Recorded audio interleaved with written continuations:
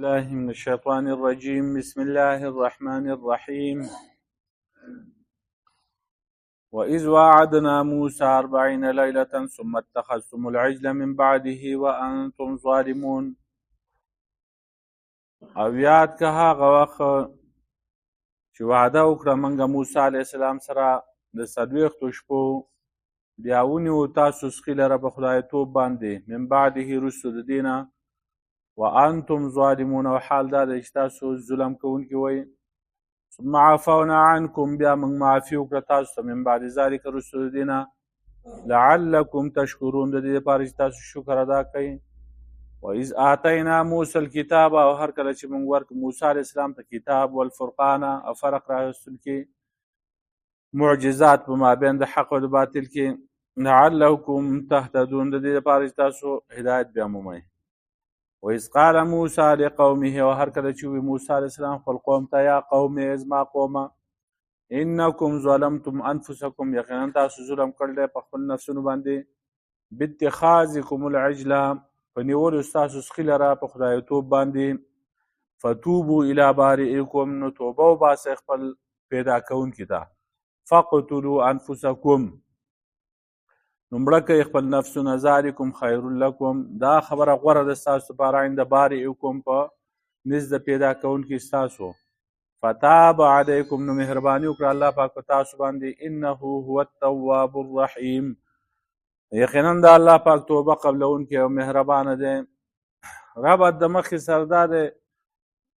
چې مخکې څه انعامات شمار کړه په بني اسرائیلو باندې اوس دلته نور انعامات شماري په هغوی باندې. په هغې کې یو غټ نعمت دا و چې بني اسرائیلو ته الله پاک بخښنه وکړه او د هغو معافي ورته وکړه وروسته د شرک کول نه چې دوی شرک کړی او سخي لره په خدایتوب باندې نیولی و خو الله پاک د دوی توبه قبوله کړه مهرباني پرې وکړه او د دوی دا شرک معاف کو. نو دا ذکر د بل نعمت دی. دلته مخکې موسی علیه السلام موږ ویلي وو چې د دوی نه لوظ اخیستی و چې تاسو له به الله پاک نجات درکړي د فرعونیانو نه خو تاسو څه منښت او نظر وکړئ. وایي موږ څه نظر وکړو چې تاسو به د الله عبادت کوئ. نو میدان تیح ته چې دوی ورسېده نو هلته موسی علیه السلام تاسو ما سره وعده کړو چې تاسو به د الله احکامات منئ. نو موږ به څنګه منو د الله احکامات؟ زموږ دپاره کتاب پکار دی که نه. موسی علیه السلام د الله پاک نه سوال وکړو. الله رب العالمین موسی علیه السلام ته وویل چې ته راشه تور ته. نو د میانې میاشت وه ذوالقعده د هغې په اول تاریخ باندې موسی علیه السلام لاړ. وی یوه میاشت به دلته کښېنې عبادت به کوئ. موسی علیه السلام چې لاړ میاشت پوره شوه نو موسی علیه السلام ولګېده مسواک یې ووهه. د هغې نه د هغه د خولې دا وږم چې دی ختم شو. نو الله پاک ورته وویل چې اوس به 10 ورځې ته نورې تېروئ. دغه وږم په ما باندې ډېر ښه لګېده. روژهدار د خولې دا وږم چې دی دا هم حدیث کې راځي چې الله پاک ته د مشکو نه زیات محبوب دی. موسی علیه السلام د هغې وجې نه ایثار شو. نو 40 ورځې او 40 شپې هغه هلته ویستې. دلته یو خبره کړې وه چې ما سره الله پاک لوظ کړی چې زه کتاب راوړم او 30 ورځې به زه په تور کې یم. نو کله چې هغه ټیم پوره شو موسی علیه السلام واپس رانغی نو هارون علیه السلام دې خلقو ته وایي چې تاسو د دې قبطیانو نه قیمتي کپړې راوړلي د هغو نه زیورات راوړلي دا راجمع کوئ. دا ستاسو لپاره حلال نه دي. دا مال غنیمت نه دی. مال غنیمت کې هم خو مخکنو امتونو دپاره دا حلال نه و هغه به سېځل. دا راجمع کوئ وشیږو. نو سامري هغه ټوله اوزار چې دي هغه راجمع کړه هغه زیورات او د هغې نه د دوی لپاره یو سخی جوړ کړو او سخي په خوله کې خاوره واچوله. هغه خاوره چې هغه د جبري علیه السلام د اسپې د خپو نه د هغه حاصله کړې وه. هغه چې ورته په خوله کې واچوله هغې یو با نارې کړه. وی دا د موسی علیه السلام خدای دی د هغه نه هېر شوی دی راځئ د دې عبادت کوئ. نو دو په ډول سورنا باندې شروع کړه او د هغه ګیر چاپېره په ګډېدو باندې په عبادت باندې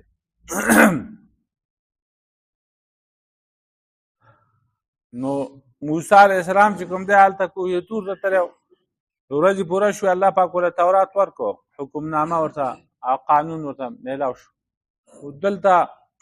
قوم دغسې په شرک کې مبتلا شوی نو د دې پوره تفصیل چې کوم دی هغه په صورت طه کې بیان کړی دی د 83 آیت نه راواخله تر 97 نمبر آیت پورې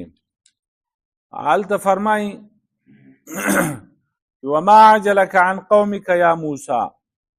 الله پاک موسی علیه السلام ته وویل چې ته ولې په تلوار سره راغلې د خپل قوم نه موسی علیه السلام. موسی علیه السلام وی هم اولای علی اثري هغو زما په نقش قدم باندې دي او زه زر تا ته رالم ای ربه چې ته رضا شي کوهي طور ته د دې وجې نه رالم چې ته زما نه راضي شي. الله پاک ورته وفرمایل چې فإنا قد فتنا قومک من بعدک ستا قوم خو موږ په امتحان کې مبتلا کړل ستا د راتلو نه وروستو واضلهم السامري سامري ګمراه کړ دي. موسی علیه السلام واپس لاړ خپل قوم ته غوسه او غمجنو. نو وی زما قومه آیا تاسو سره ستاسو رب وعده نه وه کړې وعده ښایسته نو آیا تاسو باندې هغه وعده اوږده شوه یا که تاسو اراده دا کړله چې په تاسو باندې د الله د طرف نه غضب نازل شي نو زما د وعدې نه خلاف وکړو داسې چل وکړو تاسو شرک مبتلا شوي. هغه ورته وویل چې موږ دا خلاف نه دی کړی په خپل ستا د وعدې په خپل اختیار سره لیکن په موږ باندې بار شو هغه اوزار د زینت د قومه یعنی کالی مادي بوج فقذفناها هغه موږ ارتاو کړو او دغه رنګ سامري هم هغه ارتاو کړو. نو سامري د هغې نه یو سخی راوویسته یو جسد و چې د هغې لپاره یو اواز و فقالوا هذا الهکم و اله موسی فنسي وی دا ستاسو خدای دی د موسی علیه السلام خدای دی د هغه نه هېر شوي دي. آیا دوی نه ویني چې دا سخی دو ته نه جواب واپس کولی شي نه ورته څه خبرې کولی شي او نه د دوی لپاره د ضرر مالک دی او نه د فایدې. ولقد قال لهم هارون من قبل یا قوم انما فتنتم به. په تحقیق سره هارون علیه السلام دوی ته مخکې ویلي چې زما قوم تاسو باندې امتحان شوی دی او ستاسو رب چې دی هغه رحمان ذات دی نو زما تابعداري وکړئ او زما د امر اطاعت وکړئ. نو دوی ورته په جواب کې وویل چې موږ به همیشه د دې سخي عبادت کوو تر څو پورې چې موږ ته موسی علیه السلام واپس شوی نه وي. نو موسی علیه السلام هارون علیه السلام ته وویل چې ته څه شي منع کړی وي چې کله تا دا قوم ولیده چې دوی د سخي عبادت کوي ګمراه کېږي نو ته ما پسې ول نه راتلی تا زما تابعداري ول نه کوله افعصیت امري آیا تا زما د امر خلاف کړی دی. نو د ګیرې نه او د سر نه یې ونیوه. نو هارون علیه السلام د ده نه مشر و خو نبوت موسی علیه السلام ته مخکې میلاو شوی و پیغمبرۍ کې موسی علیه السلام بشر و. نو موسی علیه السلام غوسهناک سړی و او بني اسرائیل تېرېده هم. نو ده ووی هارون علیه السلام موسی علیه السلام ته چې زما د مور زویه ما د ګیرې نه مه نسه او نه مې د سر نه نسه زه یېرېدم چې ته به بیا دا ما ته ووایې چې تا بني اسرائیل ټوکړې ټوکړې کړو او زما د خبرې انتظار به ونه کړې او بیا به وایي چې دا قوم چې کوم دی دا تا منتشر کړو او ټوکړې ټوکړې دې کړو. نو دا خو دوی سامري دا کار کړی نو موسی علیه السلام سامري پسې راوګرځېده. نو دا ولې تا دا کار کړی هغه وی ما بصرت ما لم یبصروا به ما لیدلي وو هغه څه چې دې خلکو نه لیدلي. نو ما یو موټی راواغسته د اثر د دغه قاصد او د پیغمبر یا د هغه فرشتې نه هغه ما واچوله هغه خاوره او دغه رنګ یې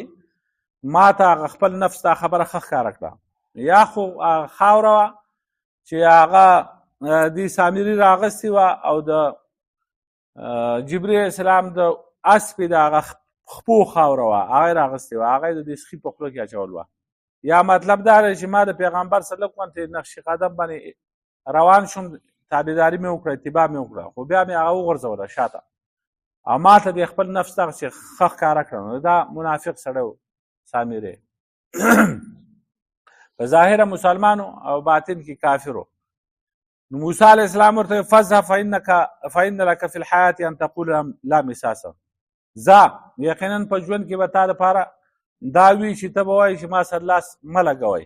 او ستا دپاره یوه وعده ده چې د هغې به ستا نه خلاف نه کېږي وانظر الى الهک الذي ظلت علیه عاکفه او وګوره هغه خدای ته چې ته په هغې باندې د هغې عبادت دې کوه په هغې باندې پابند وې لنحرقنه موږ به هغه وسوځو او بیا به موږ والوځو هغه په دریاب کې په الوځولو سره هغه سخی چې کوم دی هغه موسی علیه السلام وسوځو او هغه چې کوم دی دریاب ته ارتاو کړو نو دغه واقعه چې کوم ده هلته سورة طه کې تفصیلا بیان شوې ده او دلته ورته اشاره کړله چې وإذ وعدنا موسی 40 لیلة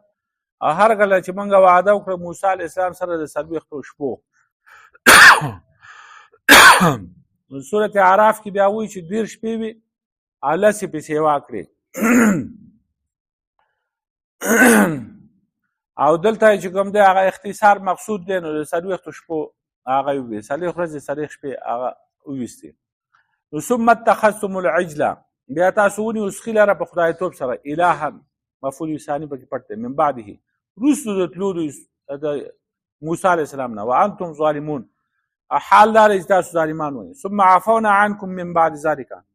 بیا موږ معافي وکړه تاسو ته د دې نه وروسته لعلکم تشکرون د دې لپاره چې تاسو شکر ادا کوئ وإذ آتینا موسی الکتاب هر کله چې موږ ورکړو موسی علیه السلام ته کتاب والفرقان او فرق راوستونکی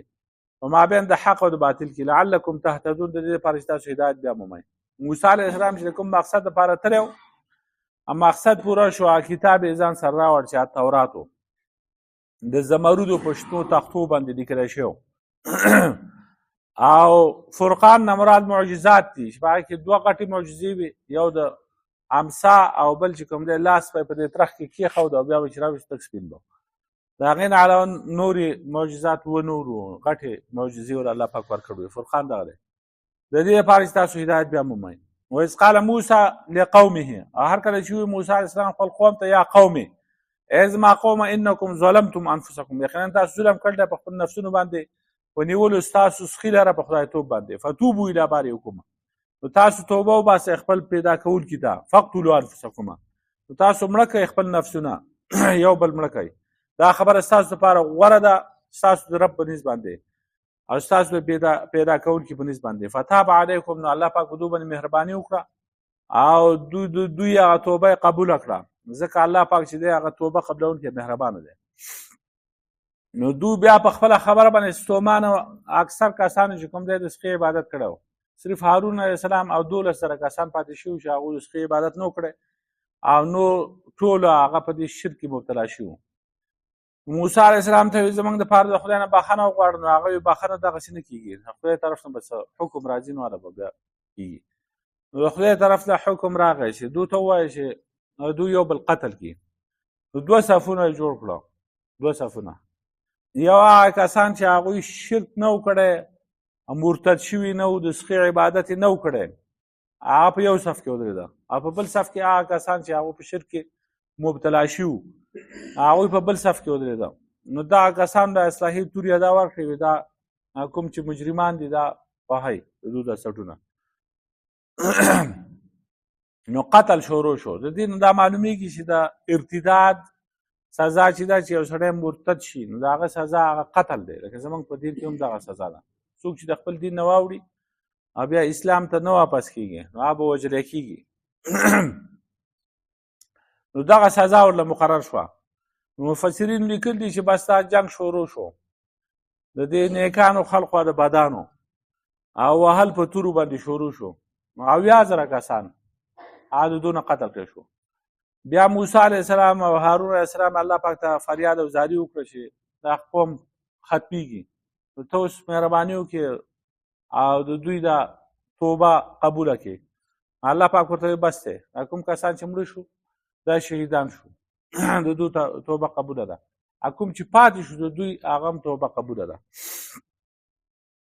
نو الله پاک فتاب علیکم الله پاک تاسو باندې مهرباني وکړه انه هو التواب الرحیم یقینا الله پاک توبه قبلونکې ډیر توبه قبلونکې الرحیم مهربانه دی ربنا ظلمنا انفسنا وان لم تغفر لنا وترحمنا لا اله